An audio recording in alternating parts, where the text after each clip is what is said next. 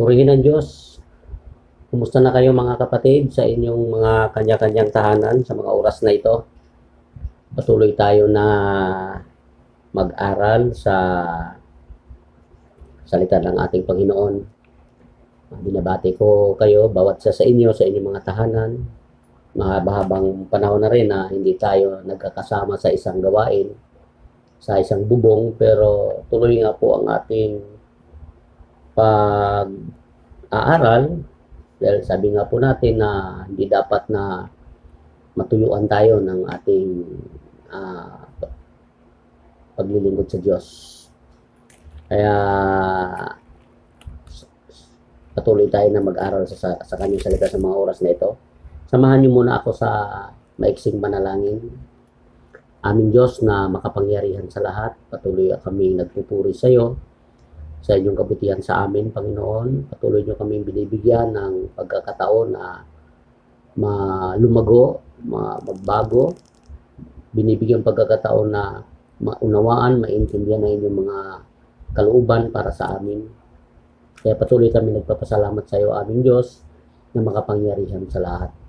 At sa mga oras na ito, minsan pa, Panginoon, tago mo ako sa inyong likuran upang ikaw po ang makita, hindi po ang aking kahinaan, Lord.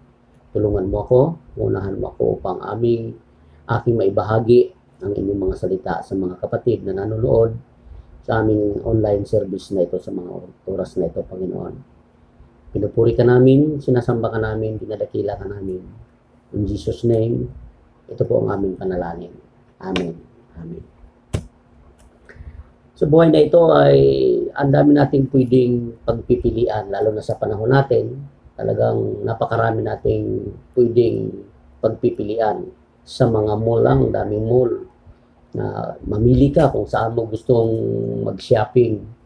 Sa mga palengke, lalo na ito sa lugar natin, talikuran ng mga palengke kung saan mo gusto. Kaya minsan, talagang pag nagkamali tayo sa pagpili, nagsisisi po tayo. Kaya pagbutihin natin ang ating pagpili. Pumili tayo ng tama. Piliin natin kung ano yung nakakabuti sa atin. Dahil yun po rin yung gusto ng Panginoon. Maraming mga katanungan ng buhay na bakit inalaw ng Diyos yan, bakit mayroong ganyan, bakit mayroong ganito. Yan ang kalooban niya. Ang importante lang, kung ano man ang mga pangyayari sa paligid mo, may karapatan, kalayaan naman tayo na mamili kung ano yung gusto nating piliin. Alam nyo, nagkalat ang kasamaan, pero kung hindi ka naman sumausaw sa kasamaan, yun ang pipiliin mo, payapa ka. Kaya sa mga oras na ito, patuloy nating pag-aralan kung ano ang mas magandang piliin sa buhay natin sa kasalukuyan. Sa chapter 30 ng Deuteronomy, sa verse 15 hanggang 19, sabi po ng Panginoon, binibigyan ko kayo ngayon ng pagpipilian, buhay o kamatayan, kasaganaan o kahirapan. Kapag sinunod ninyo ang mga utos na ibinibigay ko sa inyo ngayon mula kay Yahweh na inyong Diyos, at kung mahal ninyo siya at ginagawa ang kanyang kagustuhan, pagpalain niya kayo sa lupaing ibinibigay niya sa inyo. Bibigyan niya kayo ng mahabang buhay at gagawing isang malaking bansa. Ngunit kapag tumalikod kayo at ayaw nang makinig sa kanya, sa halip maglingkod sa ibang Diyos, sa ibang mga Diyos, ngayon pa ay sinasabi ko sa inyo, malilipol kayo. Hindi kayo magtatagal sa lupaing sasakupin ninyo sa ibayo ng Jordan. Sa verse 19, saksi ko ang langit at ang lupa na ngayon inilahad ko sa inyo, ang buhay o kamatayan at ang pagpapala o sumpa. Kaya piliin ninyo ang buhay para kayo at ang inyong lahi ay mabuhay ng matagal. Dito po, naiintindihan natin na binibigyan tayo ng Diyos ng pagpipilian. Kung saan mo gustong pumunta, saan mo gustong, alam nyo, kahit sa mga sasakyan, kung gusto mong sumakay sa jeep, gusto mong mag-taxi, gusto mong mag-MRT, lahat, ikaw ang mamimili. Kaya dito, walang sisihan kung ang buhay mo ay, kumbaga, nagiging miserable. Yan, ikaw ang pumili niyan. Yan ang pinili mo. Diba, gusto mong malungkot, ikaw ang pumili niyan. Kung gusto mo naman magsaya, ikaw ang pumili niyan. Walang ibang sisihin diyan kundi ang sarili mo lamang. Sapagkat sabi nga ng Panginoon, binibigyan niya tayo ng pagpipilian eh. Nagpapasalamat po tayo kasi naalala ko lang nung mga unang panahon, wala kang choice na mamili eh. Kasi, diba, punta ka sa palengke, yun lang talaga ang palengkeng pupuntahan mo. Kahit bulok na yung isda, gusto mong kumain ng isda, bibilhin mo, wala kang ibang mapagpipilian. Pero sa panahon natin ngayon, gusto mong sa mall mamili dahil malamig doon, o pwede. Kung gusto mo din doon sa mga palengke lang na turo-turo, pwede kahit saan, pwede. Ikaw ang mamimili. Kaya nga, siguraduhin po natin na yung ating pagpili ay hindi tayo magkakamali. Dahil pag nagkakamali tayo sa pagpili, mabigat po yung, alam mo, yung bunga doon na pagkakamali. Talagang maraming pagsisisi. Halimbawa, mayroon tayong binili, tapos natin kinilatis na maigi. Pag uwi natin sa bahay, bulok na pala, hindi na pala maganda. Laking pagsisisi natin, lalo na kung mahal ang pagkabili natin. Kaya, importanteng mapili natin yung tama. At ang Bible nagtuturo kung ano ang tama dapat nating piliin sa buhay na ito. Sa Aklat ng Kawikaan sa chapter 22, verse 1, nagtuturo ang Panginoon kung ano ba dapat na piliin natin. Sa 22 verse 1 ng Kawikaan, ang sabi po dito ay, turo ng Panginoon, mas mabuting piliin ang malinis na pangalan kaysa pilag at ginto o anumang kayamanan. Sabi po, mas magandang piliin yung malinis ang pangalan. Alam nyo ngayon, marami pong, alam nyo ang pangalan, napakahalaga po niyan. Walang bagay na walang pangalan. At alam nyo, minsan, pag masira na yung pangalan mo, halimbawa, may mga tao na hindi talaga mapagkatiwalaan pag nangungutang, sira na yung pangalan mo na ganyan. Kaya nga po, ingatan mo yung pangalan, piliin mo yung mabuting pangalan. Ibig sabihin, huwag mong sirain yung pangalan mo. Piliin mo yung pangalagaan mo na ang pangalan mo ay hindi masira. Kasi halimbawa, tayo nga, napakahalaga ng mga apelyido natin, binabantayan natin yan kasi nakataya yung ating kahihiyan dyan kung ano man ang mga pangalan natin. Halimbawa, may mga kamag-anak na tayong adik, nasisira ang pangalan natin pag ganyan. Kaya, pilit natin pinapabango o pinapaganda ang ating pangalan. Kaya nga sabi dito, mas mabuting piliin ang malinis na pangalan kaysa pilak at ginto o anumang kayamanan. May mga tao po kasi na di baling masira ang pangalan basta yumaman lang. May mga babaeng nagbibinta ng panandaliang aliw, sirang-sira po sila. Dahil lang sa gapiranggot na pera o mauubos ng kayamanan. Dapat kung may pipiliin ka sa buhay mo, piliin mo na sa buhay mo yung malinis na pangalan. Napakaganda po na ang pangalan po natin ay malinis. Dahil napaka-importante po yan sa mata ng Diyos. Siya nga, iniingatan talaga ng Diyos ang kanyang pangalan. Sabi nga, kaya sumasagot siya sa prayer kasi ayaw niyang masira ang kanyang pangalan. Sabi nga, sambahin natin ang kanyang pangalan. Kaya, kung mayroon man tayong pipiliin na hindi tayo dapat magsisi, piliin natin yung magandang pangalan kasi napaka-importante po niyan. Sa mga ngaral chapter 7 sa verse 1, sabi po, ang mabuting pangalan ay mas mahalaga kaysa mamahaling pabango. At ang araw ng kamatayan ay higit na mabuti kaysa araw ng kapanganakan. Sabi po dito, ang mabuting pangalan ay mas mahalaga kaysa mamahaling pabango. Alam po niyo, sa mga mahilig sa pabango, yung lalo sa mga babae, nagpapabango talaga yan. Pero sabi nga po, mas maganda yung pangalan kaysa mamahaling pabango. Kaya kung mayroon kang pipiliin at dapat hindi ka magkamali, piliin mo na yung magandang pangalan, mabuting pangalan. Yung pangalan mo, importante yan, na mas pangalagaan mo yun na hindi ka nasisira sa ibang mga tao, hindi ka nasisira sa mga kaibigan mo, kasi inalagaan mo yan. Piliin mo yan. Kung gusto mong maging mabuti ang pangalan mo, ikaw ang pipiliin yan, ikaw ang gagawa niyan. Importanteng maiintindihan po natin yan. Pangalawa po, piliin natin kung sino yung pakikisamahan natin. Kasi, alam nyo, kung sabi nga ng kasabihan, sabihin mo sa akin kung sino ka at sasabihin ko sa'yo, sabihin mo sa akin kung sino ang kaibigan mo at sabihin ko sa'yo kung sino ka. Sabi po, kaya napakahalaga po na piliin din natin kung sino ang ating pinakikisamahan. Dahil ngayon, minsan napakahirap pong mamili kung sa kaibigan dahil minsan ang mga tao ngayon ang galing pong magtago sa kanilang mga sarili kung ano sila, lalo na kung nangungutang yan, siyempre, mabait talaga yan. Pero sabi nga po, piliin natin kung sino ang ating pakikisamahan. Sa Genesis chapter 13, verse 8, ito pa istoryang ito ay si Abraham po ito at si Lot na magtiyuhin na marami na silang mga kayamanan kaya lagi nang nag-aaway ang kanilang mga pastol sa kanilang mga alagang tupa. Kaya sa verse 8, kinausap ni Abraham si Lot. Sabi po dito, hindi tayo dapat mag-away at ang mga tauhan natin sapagkat magkakamag-anak tayo. Mabuti pa'y maghiwalay tayo. Mamili ka, kung gusto mo sa kaliwa, sa kanan ako. Kung gusto mo naman sa kanan, sa kaliwa ako. Ang bait po ni Abraham dahil pinagbibigyan niya kung anong pipiliin ni Lot.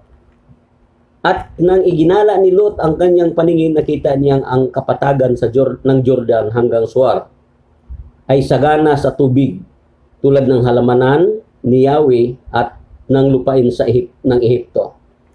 Nang ito'y noong hindi pa natupok ang Sodoma at Gomora. Kaya pinili niya ang dakong silangan sa kapatagan ng Jordan at naghiwalay nga sila ni Abraham. Nananatili si Abram sa Kanaan, samantalang si Lot ay naninirahan naman sa mga lungsod sa kapatagan na malapit sa Sodoma. Napakasama ng mga tao sa lungsod ng Sodoma, namuhay sila laban kay Yahweh. Dito po, ang pinili ni Lot, doon po sa kapatagan ng Kanaan, sabi po, malapit sa Sodoma, na ang mga tao ay masama ang pamumuhay. Yun po yung pinili ni Lot. Kaya maiintindihan po natin dito na, alam nyo, sa pagpili rin po, kung ano ang gusto mo, kung gusto mong tumira sa magulong lugar, ikaw pumili niyan. Kung gusto mong tumira sa mga lugar na medyo magandang lugar, talagang porsigihin mo na makamtan mo yun na doon ka. Kasi ikaw ang pumili niyan. At dito nakikita natin, dapat piliin natin kung sino yung mga tao naman na pakikisamahan natin. Halimbawa, nagtatrabaho ka tapos yung mga kaopisina mo pagkatapos pala ng trabaho, puro layaw lang. Iba't doon ka magpapatuloy sa pagtatrabaho, di mahahawa ka niyan.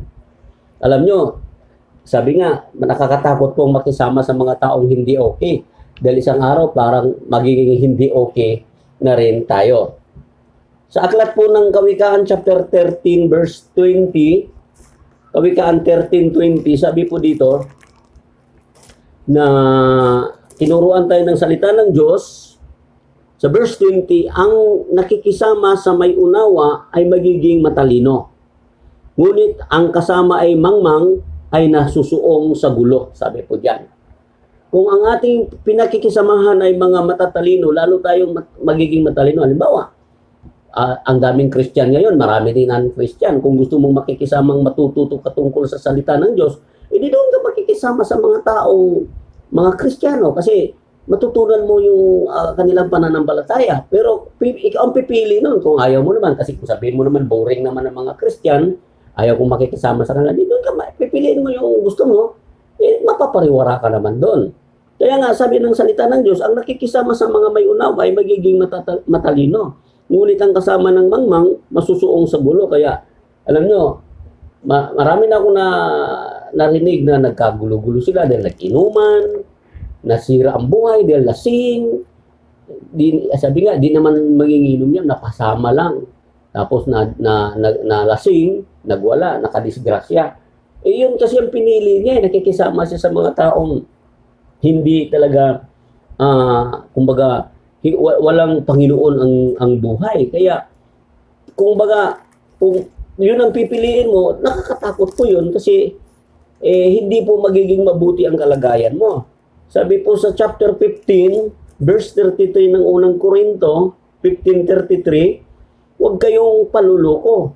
Ang masasamang kasama nakakasira sa mabuting pagkatao, sabi po diyan. Magpakatino kayo sa verse 34, talikuran ng pagkakasala, ang iba sa inyo hindi kilala ang Diyos. Sinasabi ko ito upang mapahiya kayo, sabi po ng salita ng Diyos. Kaya nga po, huwag daw, piliin natin kung sino yung pakikisamahan po natin para hindi po tayo masira sa ating pagkatao o magiging mabuti tayong tao. Kasi kung ang ating pipiliin ay tama, talagang nakikisama po tayo sa mga taong tama kung ang mga pamumuhay, may takot sa Diyos, yung yun ang pinakikisamahan mo, pipiliin mo sila, yun ang gusto mo. Kaya nga ang Bible, sabi nga po, nagpapaalala sa atin nga huwag tayong makikisama sa mga hindi mananampalataya. Sa 2 Corinthians chapter 6 verse 14, sabi po dito, huwag kayong makisama sa di sumasampalataya na para bang kapareho ninyo sila. Maaari bang magsama ang katwiran at ang kalikuan? O kaya'y ang liwanag at ang kadiliman? Maaari bang magkasundo si Kristo at ang Diablo? Ano ang kaugnayan ng sumampalataya sa di sumasampalataya? O di kaya'y ng templo ng Diyos sa Diyos-Diyosan? Hindi ba tayo ang templo ng Diyos na buhay? Siya rin ang may sabi, mananahan ako at mamumuhay sa piling nila. Ako ang magiging Diyos nila at sila'y nagiging bayan ko. Kaya lumayo kayo sa kanila, humiwalay kayo sa kanila, sabi ng Panginoon. Iwasan ninyo ang anumang marumi at tatanggapin ko kayo, sabi po dito. Kaya piliin natin kung sino yung pakikisamahan natin. Kanina, pipiliin natin yung magandang pangalan. Sa una yun, kung paano tayo pumili. Pangalawa, yung sino ang pinakikisamahan natin. Pangatlo po, yung kung pumili man tayo, piliin na natin yung hindi agad-agad, hindi nasisira basta-basta. Yung bang panghabang buhay na, kumbaga kung mayroon tayong pipiliin. Sa Lucas chapter 10, sa verse 38, ito po'y kwento ng magkapatid na binisita ng Panginoon sa kanilang tahanan. Ang nakakatuwa po dito, para sila naglingkod, pero ang pinili ng isa, si Marta, ay magluto ng merienda. Samantalang si Maria, talagang nakikinig sa Panginoon, sa salita ng Panginoon. Dito, dalawang magkapatid na kung ano ba ang pinili nila, yun po yung, kung ano ang tinuro ng Panginoon sa kanila. Basahin na nga po natin para maintindihan po natin sa 38, chapter 10. Sabi ko dito, si Jesus at ang kanyang mga alagad ay nagpatuloy sa kanilang paglalakbay at pumasok sa isang nayon. Malugod siyang tinanggap ng tahanan ni Marta, katahanan ni Marta. May kapatid siyang Maria na naupo sa paanan ng Panginoon upang makinig sa kanyang itinuturo. Si Marta naman ay abalang-abala sa paghanda, kaya lumapit siya kay Jesus at nagsabi, Panginoon, baliwala po ba sa inyo na pinabayaan ako ng kapatid kong maghanda ng mag-iisa? Sabihin nga po ninyo siyang tulungan naman ako. Verse 41, ngulit sinabi ng Panginoon sa kanya, Marta, Marta, nababalisa ka at abalang-abala sa maraming bagay. Ngunit isa lamang ang kailangan ang kailangan. Pinili ni Maria ang mabuti at ito'y hindi aalisin sa kanya.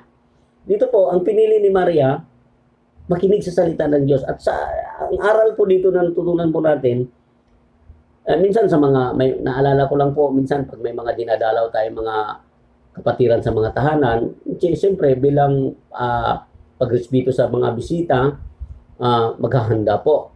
Pero ang problema po dito, minsan hindi pa po halos nag-closing prayer, nangalampag na po yung mga plato at mga kutsara. Dahil minsan, di na napuko sa pananalangin, hindi na napuko sa closing prayer kasi natataranta na sa pagkain pang-pisikal. At alam nyo dito, tinuruan na tayo na kung mayroon man tayong pipiliin, huwag naman yung masyado nating pahalagahan yung mga bagay na napapanis lang. Yun ang ibig sabihin nito. Sa buhay natin na ito, ano bang pinipili natin? Mga bagay na pansamantala lang, temporary lang, o mga bagay na panghabang buhay. Ang salita ng Diyos, tinuturo ng Diyos sa atin, panghabang buhay po ito, buhay na walang hanggan ang bunga po nito. Kaya nga po, pag pinipili po natin ito, sabi nga ng Panginoon, mas pinili ni Maria ang mabuti at ito'y hindi aalisin sa kanya. Halimbawa, sa pakikinig, mas gusto ni Maria na makinig kasi ang alam nyo, pag may napapakinggan po tayo, kasi ang pananampalataya, bunga ng pakikinig, lumalago po tayo sa pananampalataya. Pero si Martha, busy po siya sa paggisa ng sibuyas o kung ano man ang kanyang pinag-abalahan sa kusina. Yun lang, doon lang siya. At yun ang pinili niya.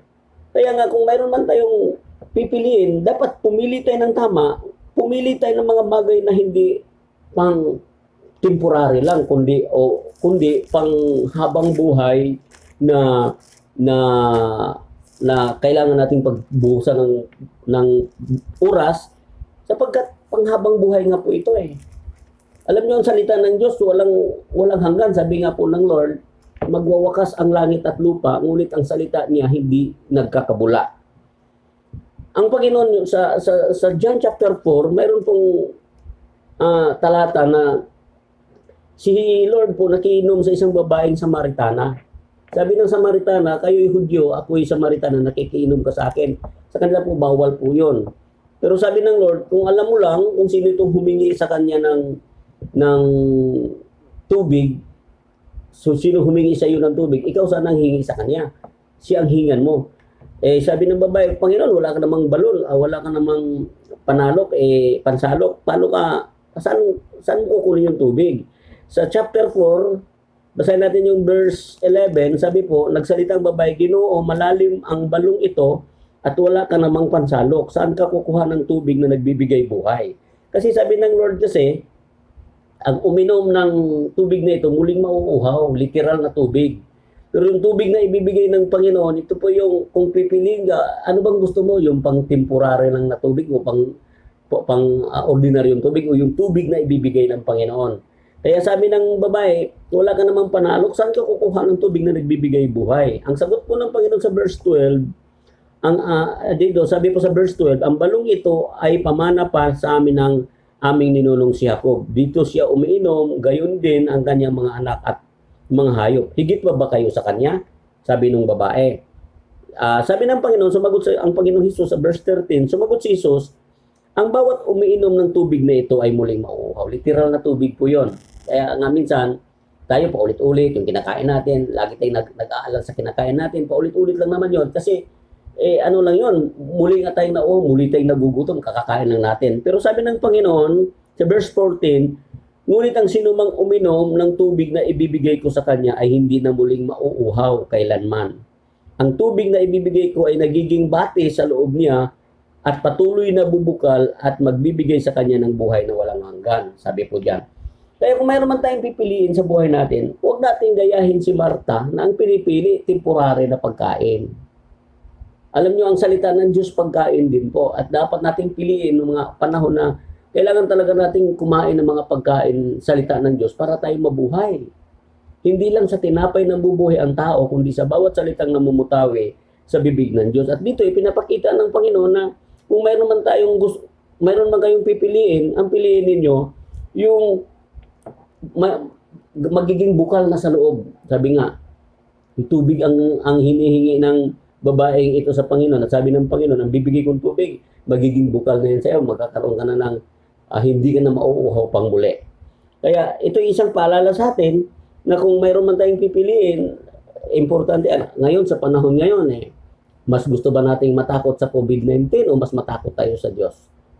Kanino ka ba natatakot? Ano ba ang gusto mong isaksak diyan sa utak natin? Yung mga bagay na temporary lang o yung mga bagay na ipinapangako ng Panginoon sa bawat naglilingkod sa Kanya? Kaya kung pumili man tayo, piliin na natin yung nakakabuti sa atin. Pangapat po sa Joshua chapter 24 verse 15, piliin mo kung kanino ka maglilingkod, sino ang paglilingkuran mo. Ito po, malimit, may mga tao ngayon, hindi naman talaga naglilingkod sa Panginoon. Sabi nga, naglilingkod sa kanilang mga tiyan.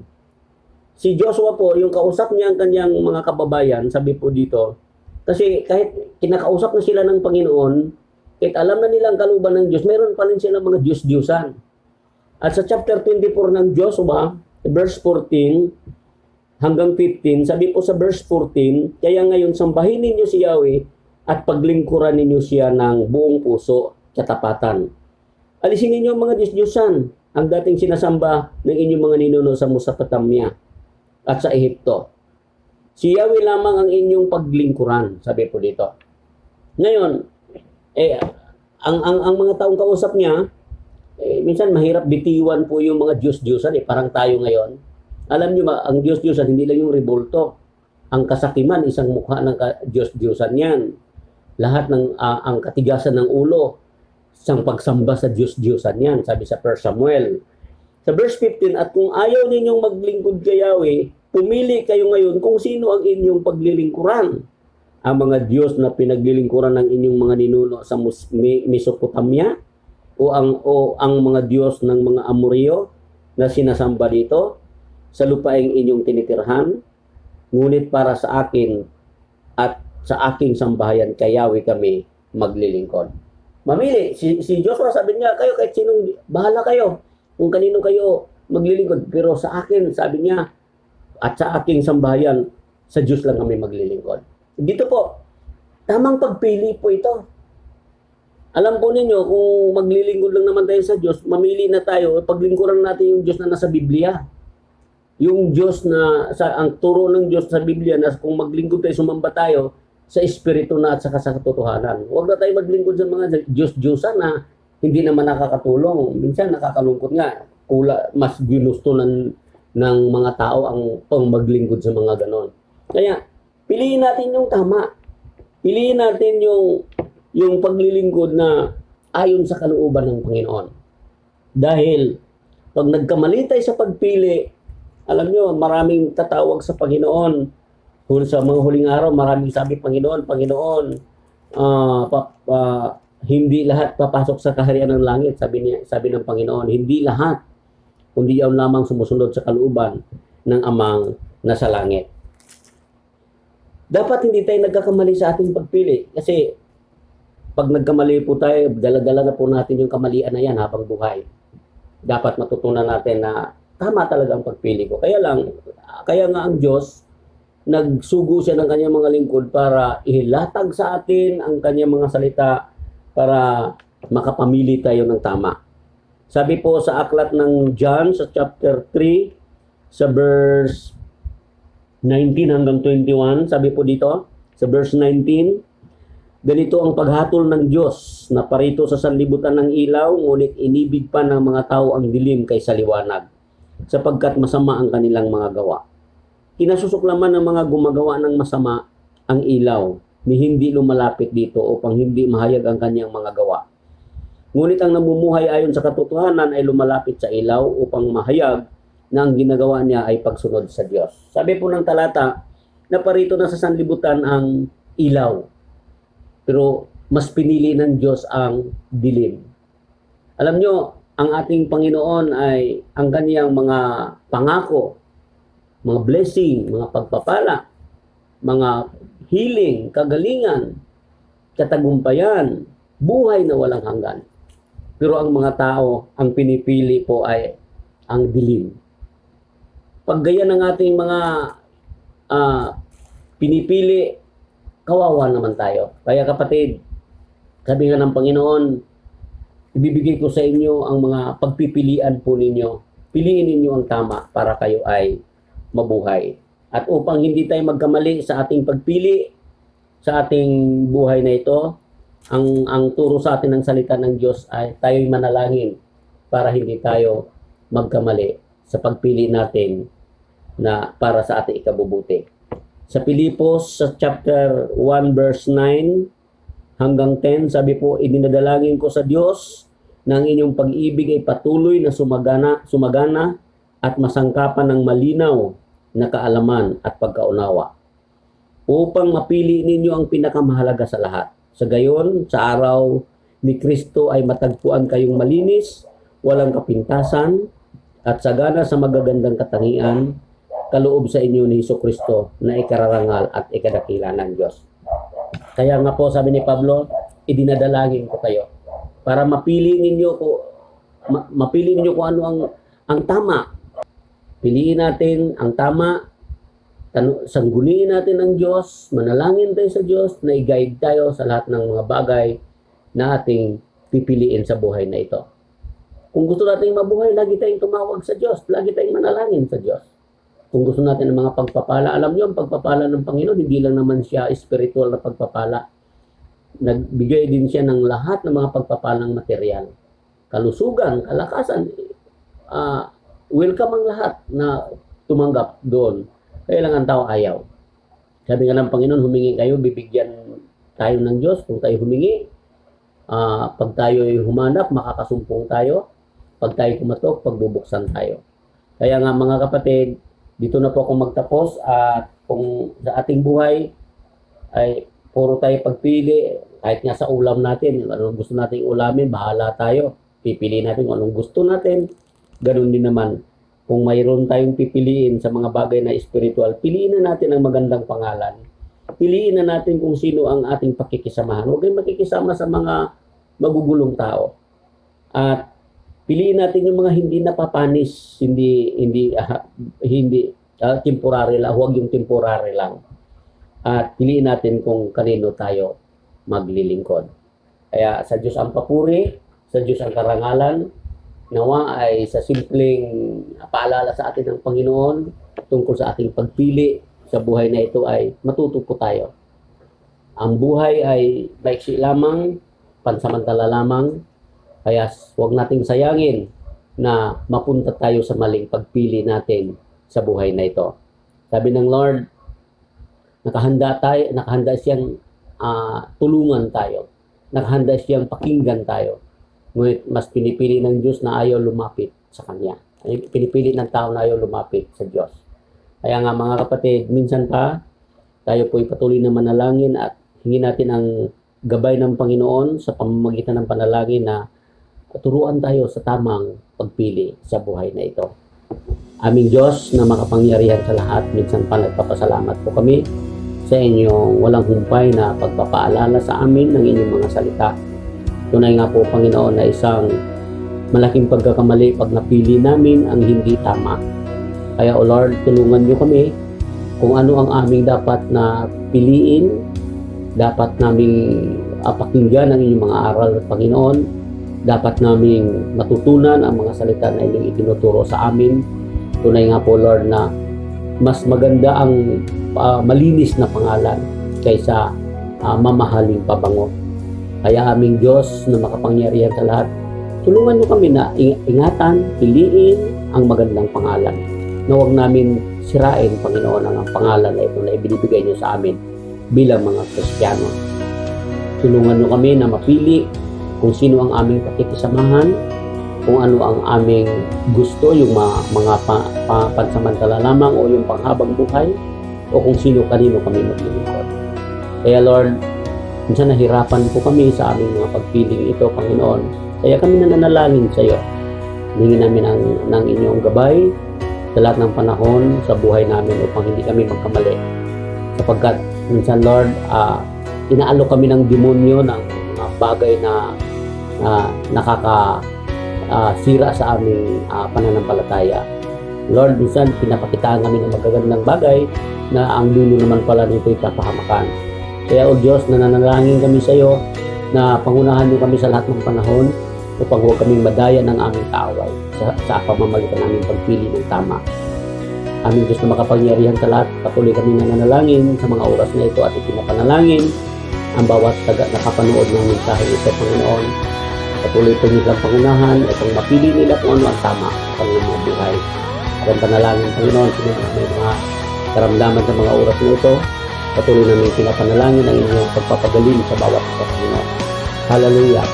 Tunay nga po, Ama, na walang imposible sa iyo kahit sa mga oras na ito, kaya niyong pagalingin, limit yung kamay upang abutin ang mga kapatid na nakapanood dito na may inindang karamdaman. Amin silang pinapanalangin. Hallelujah. Kaya nagpapasalamat po kami, Panginoon, at patuloy namin dalangin na patuloy mong ingatan ang aming mga leader mula sa aming leader ng aming bayan at ang aming mga spiritual leader, Lord. Sapagkat nakasalalay po, Panginoon, ang inyong kalimutan ng mga spiritual leader, Lord.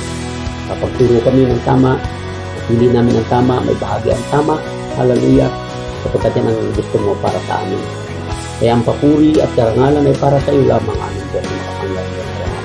Salamat po sa lahat ng mga pagpapala na ibinibigay po niyo sa amin. Patuloy kang purihin, patuloy kang sambahin, patuloy kang magpulaan ng Ama. Sa pangalan ng aming Panginoong Jesus, ito po ang aming panalangin. Amen.